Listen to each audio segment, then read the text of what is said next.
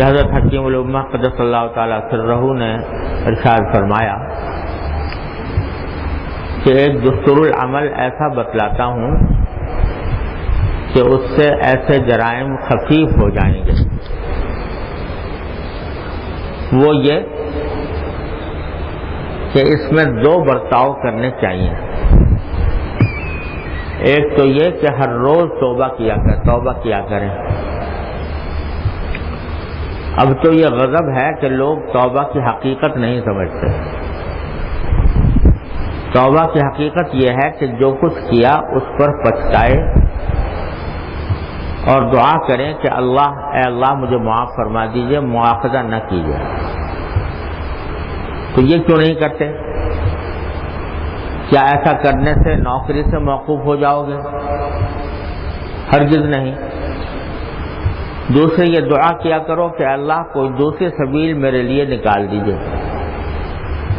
تو اس میں یا تو کوئی سبیل نکلے گی، اور جو کوئی دوسری سبیل نہ نکلے تو یہ شخص شرمندہ گناہگاروں کی فہرست میں تو لکھا جائے گا، جری گناہگاروں کی فہرست میں نہیں لکھا جائے گا. اور یہ توسع آپ میری ہی زبان سے سنیں گے. اور اس توسع میں راز شرعی یہ ہے کہ اگر چھوڑنے پر مجبور کیا جائے تو شاید اس کو چھوڑ کر اس سے بھی زیادہ کسی گناہ شدید میں مبتلا ہو جائے. تو یہ توسع در حقیقت بلاؤں کو دفع کرنے کے لیے ہے، اور میں کفر سے بچاتا ہوں. کیونکہ جب آدمی نادار ہو جاتا ہے تو خدا جانے کیا کیا اس کو سوچتا ہے. حضرت والا قدس اللہ تعالیٰ سرہ نے اس ارشاد میں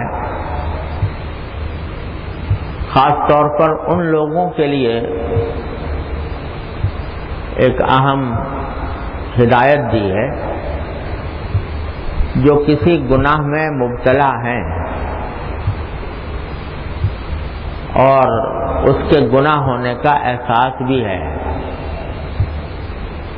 مگر چھوٹ نہیں رہا. کسی وجہ سے گناہ چھوٹ نہیں رہا.